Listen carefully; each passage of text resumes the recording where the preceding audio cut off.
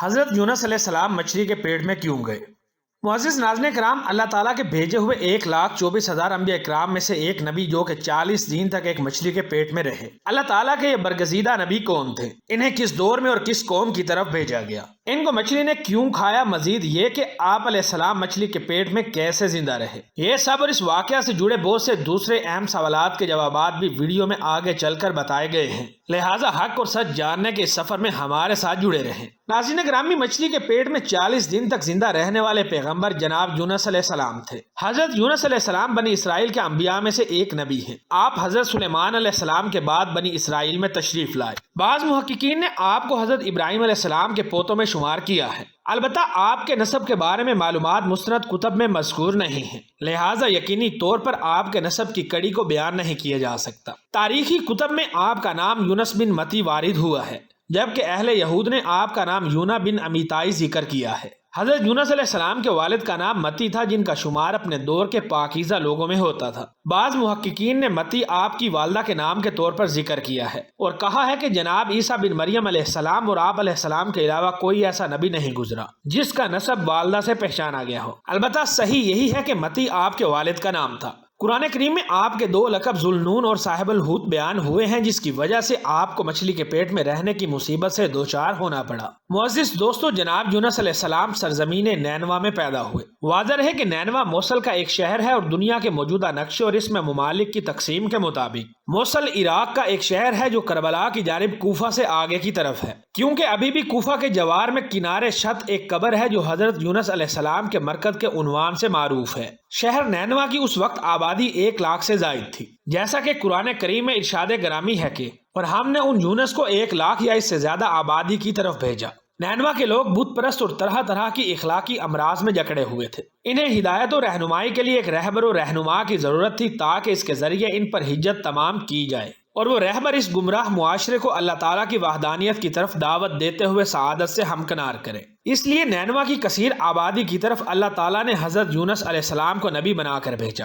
جناب یونس علیہ السلام نے 30 سال کی عمر میں نینوا کی طرف رخت سفر باندھا اور وہاں پہنچ کر اپنی دعوت حق کا آغاز فرمایا۔ دن گزرتے گئے اور آپ کمال خلوص کے ساتھ اپنی قوم میں پرچم توحید بلند کرنے کی کاوشوں میں مصروف عمل رہے۔ اسی طرح مزید 30 سال گزر گئے، لیکن گنتی کے چند افراد کے علاوہ کوئی آپ علیہ السلام پر ایمان نہ لایا۔ اس قوم نے نہ صرف آپ کی دعوت قبول کرنے سے صاف انکار کیا، بلکہ غرور و تکبر میں مبتلا قوم دیگر نافرمان اقوام کی طرح آپ علیہ السلام کی دعوت کا مذاق بھی اڑاتی رہی، حتیٰ کہ انہوں نے جناب یونس علیہ السلام کو قتل کرنے کا منصوبہ تیار کر لیا۔ جب اس قوم کی سرکشی اور نافرمانی انتہا کو پہنچ گئی تو جناب یونس علیہ السلام نے بارگاہ الہی میں عرض کی، اے میرے رب، میں تیری خاطر ان پر غضبناک ہوا اور جب یہ تیری معصیت کرتے تھے تو میں ان کو تیری طرف بلاتا تھا۔ تیری عزت کی قسم، میں کبھی ان سے رافت و مہربانی کا سلوک نہیں کروں گا اور ان کے کفر کرنے، مجھے جھٹلانے اور میری نبوت کا انکار کرنے کے بعد مشفقانہ نصیحتوں کے ساتھ ان سے اچھا برتاؤ نہیں کروں گا۔ بس اے رب، تو ان پر اپنا عذاب نازل فرما،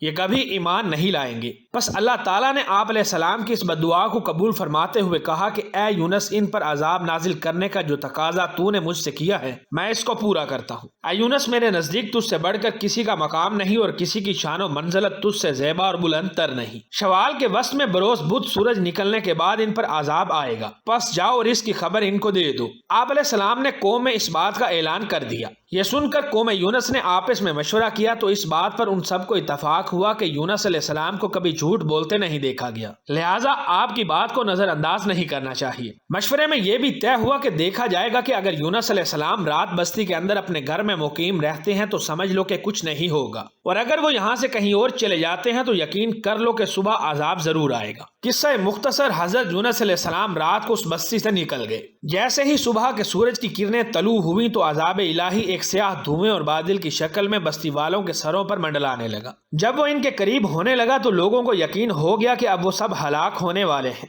یہ دیکھ کر حضرت یونس علیہ السلام کو تلاش کیا گیا کہ ان کے ہاتھ پر ایمان لے آئیں اور توبہ کر لیں۔ جب آپ علیہ السلام کہیں نہ ملے تو وہ خود ہی اخلاص نیت کے ساتھ توبہ و استغفار میں لگ گئے اور اپنے گھروں سے ایک میدان میں نکل آئے۔ عورتیں، بچے اور جانور سب اس میدان میں جمع کر دیے گئے۔ تمام بستی والے ٹاٹ کے کپڑے پہن کر عاجز و انکساری کے ساتھ توبہ کرنے اور عذاب سے پناہ مانگنے میں اس طرح مشغول ہوئے کہ پورا میدان آہو بقا سے گونجنے لگا۔ یہ منظر دیکھ کر اللہ تعالیٰ نے ان کی توبہ قبول فرما لی اور عذاب الہی ان سے ہٹا دیا۔ روایت میں ہے کہ یہ عاشورہ یعنی 10ویں محرم کا دن تھا۔ ادھر حضرت یونس بستی سے باہر اس انتظار میں تھے کہ اب اس قوم پر عذاب نازل ہوگا، جبکہ ان کے توبہ و استغفار کا حال آپ کو معلوم نہ تھا۔ جب عذاب ٹل گیا تو آپ کو فکر ہوئی کہ اب تو قوم مجھے جھوٹا قرار دے دے گی، کیونکہ آپ نے اعلان کیا تھا کہ 3 دن کے اندر عذاب آ جائے گا۔ واضح ہے کہ اس قوم نے قانون بنا رکھا تھا کہ جس شخص کا جھوٹ ثابت ہو جاتا اسے قتل کر دیا جاتا، تو یونس علیہ السلام کو فکر ہوئی کہ انہیں بھی جھوٹا قرار دے کر قتل کر دیا جائے گا۔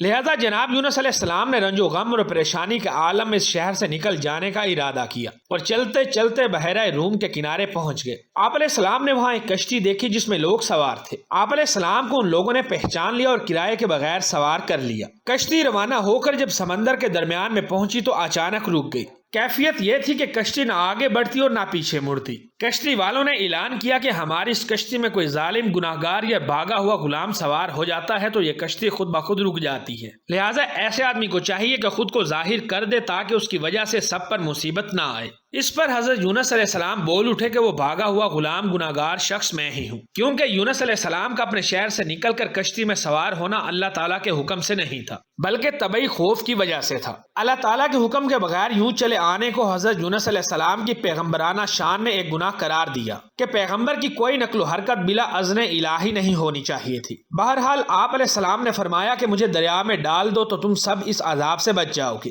مگر کشتی والے اس پر تیار نہ ہوئے، بلکہ انہوں نے قرآن اندازی کی تاکہ جس کا نام نکلے اسے دریا میں ڈالا جائے، لیکن قرآن اندازی میں آپ علیہ السلام کا ہی نام نکل آیا۔ لوگوں کو اس پر تعجب ہوا تو کئی مرتبہ قرآن اندازی کی گئی اور ہر مرتبہ آپ علیہ السلام ہی کا نام آتا رہا۔ قرآن کریم کی سورہ صفات کی آیت نمبر 141 میں اس قرآن اندازی اور حضرت یونس علیہ السلام کا نام نکلنے کا ذکر موجود ہے۔ ناظرین گرامی، ایک طرف تو قرآن اندازی میں نام نکلنے پر آپ علیہ السلام کو دریا میں ڈالا جانے کا سامان ہو رہا تھا، لیکن دوسری طرف ایک بہت بڑی مچھلی اللہ تعالیٰ کے حکم پر کشتی کے قریب منہ کھولے موجود تھی تاکہ آپ علیہ السلام کو اپنے پیٹ میں جگہ دے دے۔ حضرت یونس علیہ السلام جیسے ہی پانی میں گئے، مچھلی نے فوراً انہیں اپنے پیٹ میں لے لیا۔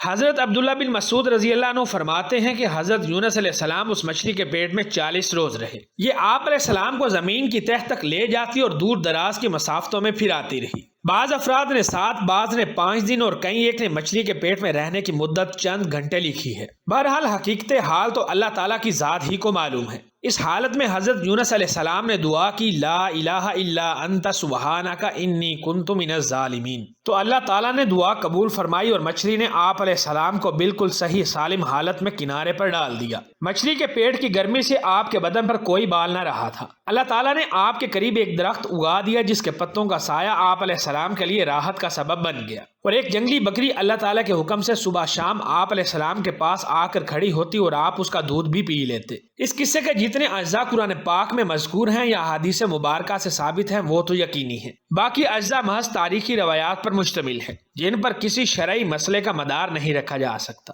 ناظرین گرامی، یونس علیہ السلام کے اس واقعہ سے ہمیں پہلا سبق یہ ملتا ہے کہ مشکل کے وقت میں ہمیں صرف اللہ رب العزت کی طرف رجوع کرنا چاہیے اور اللہ تعالیٰ کے حضور اپنی غلطیوں کی معافی مانگنی چاہیے، اور ایسا کرنے سے اللہ تعالیٰ کے بڑے بڑے عذاب ٹل جاتے ہیں۔ حضرت یونس علیہ السلام کا واقعہ ہمیں سکھاتا ہے کہ ہم راہ راست سے چاہے کتنے ہی دور ہٹ جائیں، خدا کی طرف پلٹنے اور اس کی بخشش مانگنے میں ہمیں کبھی دیر نہیں کرنی چاہیے۔ یہ ہمیں مشکلات کے باوجود بھی ثابت قدمی اور خدا پر بھروسہ کی اہمیت کی یاد دلاتا ہے۔